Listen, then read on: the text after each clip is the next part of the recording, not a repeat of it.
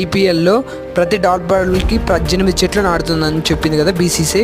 ఏ team ఎన్నెన్ని dot balls వేసిందో తెలుసుకుందాం. ఎల్హెచ్జి 477 dot balls వేసింది, 8586 చెట్లు నాటుతుంది.